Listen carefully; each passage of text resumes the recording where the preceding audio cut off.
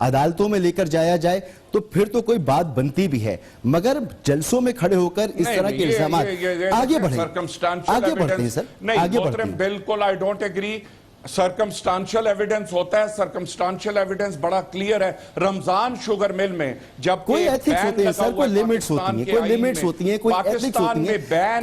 کل اگر آپ کے اوپر یہ الزام لگے کہ جب پاکستان میں ترقی کا عمل شروع ہوتا ہے، ڈاکٹر طاہر القادری صاحب احتجاج کا ایک سلسلہ شروع کر دیتے ہیں، ترقی کے عمل کو روکنا چاہتے ہیں، الزام لگے کہ یہ بھارت کرواتا ہے، الزام لگے کہ یہ اسرائیل کرواتا ہے، الزام لگے کہ پاکستان کے دشمن کرواتے ہیں، تو یہ الزامات میں آپ عوام کو کہاں لے کے جا رہے ہیں سر؟ آپ کا سوال اگر 4 منٹ کا ہے تو میں جواب کیا دوں گا؟ سر میرا سوال یہ ہے، پھر تو اگر یہ انالوجی آپ لیتے ہیں تو ہندوستان میں ترقی ہو رہی ہے، اس لیے کشمیریوں نے کھڑے ہو کے ریاست کے خلاف حملہ کر دیا۔ جی میں بھی یہی عرض کر رہا ہوں سر، میں بھی یہی بہت ادب اور احترام کے ساتھ آپ سے عرض یہ کر رہا ہوں کہ اگر اسی طرح سے ہوتا رہے گا تو معاملہ کیسے آگے چلے گا؟ کچھ ایتھکس ہوتی ہیں، کوئی لیمٹس ہوتی ہیں، کسی جگہ پر پہنچ کے الزام لگایا جاتا ہے۔ یعنی ہم ایتھکس نہیں رکھتے، ہم ایتھکس نہیں رکھتے، اور جو ماڈل ٹاؤن میں قتل و غارت گری کرتے ہیں بہت غلط ہوا، بہت غلط ہوا۔ پورا میڈیا آپ کے ساتھ کھڑا رہا، پورا میڈیا آپ کے ساتھ کھڑا رہا، پورے ملک میں آواز اٹھتی ہے۔ وزیر اعظم کیا نواز شریف صاحب، شہباز شریف صاحب کو اس کا جواب دینا چاہیے۔ آپ سوال پوچھ رہے ہیں،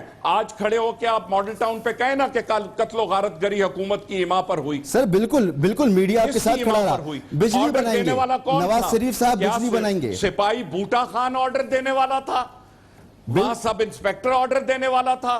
سر بالکل، اس پر تو سب آواز آپ کے ساتھ اٹھاتے رہے، مگر سیکیورٹی رسک۔ لگاتار پرائم منسٹر ہاؤس میں بلال صاحب، سر آپ جواب نہیں دے رہے میری بات کا۔ توقیر شاہ صاحب کے ساتھ، سر آپ وہی بات کو دہرا رہے ہیں جو آپ ایک عرصے سے دہراتے ہیں، آپ جواب نہیں دے رہے سر۔ آخری سوال یہ، دہرانے سے جرم ختم ہو جائے گا سر، جو آپ نے الزام لگایا ہے اس کا ایویڈنس تو دے دیجئے نا۔ وہ بھی دہرا رہے ہیں، اس کا ایویڈنس دے دیجئے۔ پھر انشاءاللہ کشمیر میں جن لوگوں کو آنکھوں میں گولیاں لگ رہی ہیں وہ دہشت گرد بن گئے نا۔ سر وہ ایک بالکل الگ معاملہ ہے، ہم پاکستان کے اندر کا بات کر رہے ہیں، ہم پاکستان کے اندر کی بات کر رہے ہیں۔ اچھا وزیر اعظم صاحب، سر آگے بڑھتے ہیں، آگے بڑھتے ہیں۔ کشمیر کے اندر سر آپ جواب نہیں دے رہے میری بات کا، سر آپ جواب نہیں دے رہے، عدالتیں نہیں ہیں، نہ آپ سوال کرنے دے رہے ہیں۔ کے اندر عدالتیں ہیں تو پھر چاہیے کہ برائے مہربانی مجھے سوال کرنے دیجئے، ان عدالتوں میں جائیں۔ خرم صاحب مجھے سوال کرنے دیجئے۔ وزیر اعظم پہ الزام لگایا کہ 16,000 میگا واٹ کے بجلی کے منصوبے وہ لگا رہے ہیں، اگر یہ منصوبے غیر قانونی ہیں اور یہ اللیگل ہیں، آپ لوگ عدالتوں میں جا کے اس کے خلاف اسٹے آرڈر کیوں نہیں لیتے؟ پبلک میں کیوں بولتے ہیں؟ کون سی عدالت؟ کون سی عدالت؟ اس ملک کی عدالت کے ساتھ جو یہ کر رہے ہیں، جو جج، میری بات سنیں، آپ پھر بات کرتے ہیں، میں تو نام لے کے کہتا ہوں، کیا جب جے آئی ٹی بن رہی تھی احسن اقبال صاحب کو کل کے پروگرام پہ بلا لیں، جنرل قادر بلوچ کو کل کے پروگرام پہ بلا لیں اور ان سے پوچھیں کہ کیا ہم سے وعدہ نہیں کیا گیا تھا کہ جو بھی جے آئی ٹی کا ہیڈ ہوگا وہ پنجاب کا رہائشی نہیں ہوگا؟ اگر وہ آ کر حلف دے دیں کہ ایسا وعدہ نہیں کیا گیا تھا تو پھر انہوں نے اپنی مرضی کی رزاق چیمہ کو لگا دیا۔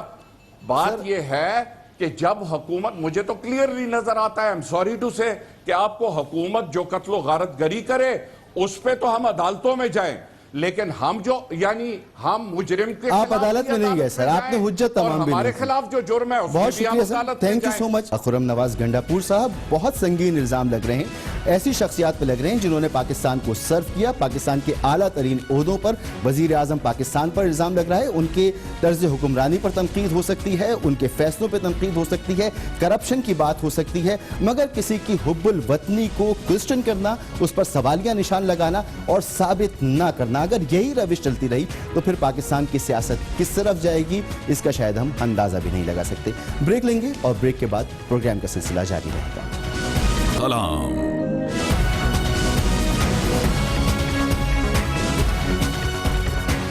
پنجاب حکومت نے بظاہر بڑی اچھی اسکیم شروع کی ہے کہ ٹیکنالوجی کو متعارف کرایا جا رہا ہے، کسانوں کو جدید ٹیکنالوجی سے متعارف کرانے کے لیے 50 لاکھ اسمارٹ فونز دینے کا فیصلہ کیا گیا ہے۔ Chairman Punjab information technology board Umar Saif یہ کہتے ہیں کہ اس اقدام سے پنجاب کے کسان زرعی ماہرین سے براہ راست مشورہ حاصل کر سکیں گے، جبکہ وہ بینکوں سے قرضے بھی آسانی کے ساتھ حاصل کر سکیں گے۔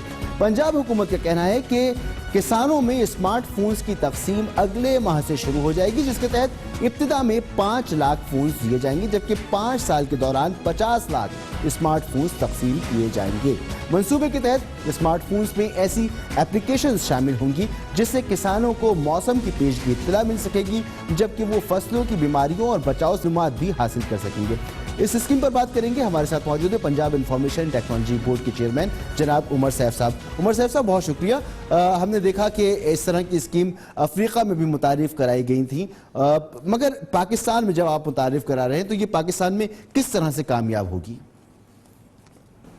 جیسے آپ نے ایکسپلین کیا ہے کہ یہ پنجاب میں 50 لاکھ جو کاشتکار ہیں، چھوٹے کاشتکار ہیں، 12.5 ایکڑ سے کم جن کے پاس زمین کا رقبہ ہے، ان کو بلا سود قرضے دینے کی اسکیم ہے، جس میں 68 ارب کے قرضے جو ہے وہ اس فسکل ایئر میں انشاءاللہ ٹارگٹ ہے دیے جائیں گے، اور یہ قرضے خریف کی اور ربی کی فصل پہ دیے جائیں گے۔ اپ ٹو 5 ایکڑز کی جو زمین ہے اس پہ یہ قرضہ دیا جاتا ہے، اور آپ کا ٹوٹل لینڈ ہولڈنگ جو ہے وہ 12.5 ایکڑ سے کم ہونی ضروری ہے۔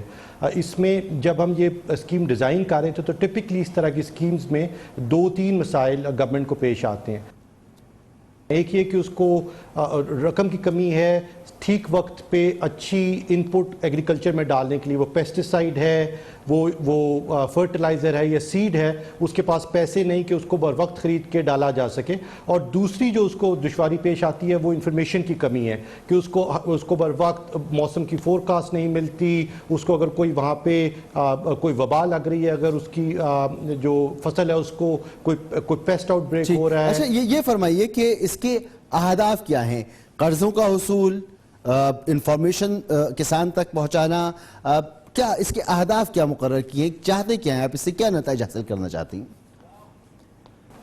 جی ایک تو یہ کہ ایگریکلچر ڈپارٹمنٹ یہ ساری انفارمیشن اکٹھی کر رہا ہے ماہرین سے، اور ہم انفارمیشن یہ پروکیور بھی کر رہے ہیں بڑی ہائی کوالٹی ان دنیا کی کمپنیوں سے جو یہ انفارمیشن کاشتکاروں کو دنیا بھر میں پرووائڈ کرتی ہے، جس میں ویدر فورکاسٹ ہیں، پیسٹ الرٹس ہیں، سوائل سیمپل کے اوپر ان کی تحقیق ہے، ان کی انپٹ ہے کہ کس وقت کتنا پانی ڈالنا ہے، کس وقت کون سی کھاد ڈالنی ہے، کس کا چھڑکاؤ، اور یہ انفارمیشن ان کو تحریری طور پہ اپلیکیشن میں بھی موجود ہوگی، ویڈیوز بھی ہوں گی، آڈیو بھی موجود ہوگی، اور یہ اس طرح سے بنایا جا رہا ہے کہ وہ لوگ جنہوں نے پہلے ٹیکنالوجی استعمال نہیں کی یا پڑھے لکھے کم ہیں وہ بھی یہ استعمال کر سکیں، اور اس پہ بہت سارا ہوم ورک کیا گیا ہے۔ ٹھیک، یہ بھی فرمائیں کہ قرضے دینے کے لیے یہی طریقہ کار کیوں چنا گیا؟ 50 لاکھ فونز کی تو بہت زیادہ کاسٹ آئے گی، بیئر کون کرے گا یہ؟ جی یہی میں عرض کر رہا ہوں کہ ایکچولی جو فون کی کاسٹ، جو ڈیوائس کی کاسٹ ہے، وہ جو موبائل ٹرانزیکشن جو ہم سروس انوالو کریں گے وہ اس کو بیئر کرے گی۔ گورنمنٹ جو ہے وہ فون خرید نہیں رہی، گورنمنٹ قرضہ جات دے گی، اور جس چینل کے تھرو دے گی یہ وہ ڈیوائسز وہی پرووائڈ کریں گے، کیونکہ اس سے ان کو انفارمیشن کا چینل ملتا ہے جو کاشتکار ہیں ان کو پہنچنے کے لیے۔ اور اس کے اندر 2 امپورٹنٹ باتیں، ایک یہ کہ اگر ہم کوئی جو ٹریڈیشنل طریقہ ہے کہ کوئی پٹواری انوالو کریں، جو لوگوں کو رجسٹر کریں، قرضہ جات ان کے تھرو دیے جائیں، اس میں بہت کرپشن ہے، مڈل مین کی وجہ سے ڈیلے بھی ہے، حقدار کو قرضہ نہیں پہنچتا، تو اس میں ہم اپنا لینڈ ریکارڈ کا جو سسٹم آٹومیٹ کیا ہے اس میں ہمارے پاس اب ریکارڈ ہے کہ کس کے پاس کتنی لینڈ ہولڈنگ ہے، اس کے حساب سے ان کو بایومیٹرکلی ویریفائی کیا جائے گا نادرا کے تھرو، پھر ان کو کسان کارڈ ایشو کیا جائے گا اور اسمارٹ فون دیا جائے گا جس پہ ان کے فون پہ ڈائریکٹلی پیسے ٹرانسفر کیے جائیں گے، اور وہ کسی بھی برانچ لیس یا موبائل بینکنگ ایجنٹ کے پاس جا کے اپنے پیسے ڈائریکٹلی وصول کر سکتے ہیں اپنے آپ کو بایومیٹرکلی ویریفائی کر کے۔ بینک اگر کوئی انوالو کیا جائے تو ان کی 400-500 برانچز ہوتی ہیں۔ ٹھیک ہے، یہ تو ہو گیا کہ ان کو آسانیاں کیا ملیں گی، مگر کیا آپ کو یہ یقین ہے کہ تمام کاشتکار کسان اس فون کو استعمال بھی کر سکیں گے؟ ان کو اس کا استعمال آتا ہوگا؟ جی پاکستان میں جیسے کہ 18 کروڑ لوگ رہتے ہیں، اس میں سے تقریباً 13.5 کروڑ لوگوں کے پاس موبائل فونز ہیں، تقریباً 137 ملین موبائل فون یوزرز ہیں پاکستان میں، جس میں 36 ملین ایکچولی 3G یوزرز ہیں۔ تو پاکستان میں ایک تو تقریباً ہر ہاؤس ہولڈ کے پاس موبائل فون ہے، اس کی نو ہاؤ بھی بہت کوئکلی وہ ایکوائر کرتے ہیں استعمال کرنے کی، کاسٹ اس کی سبسڈائزڈ ہوگی، امورٹائز ہوگی by the financial channel provider جو موبائل بینکنگ ایجنٹ ہے جس کے تھرو ہم قرضہ دے رہے ہیں، اور اس کے تھرو میں پھر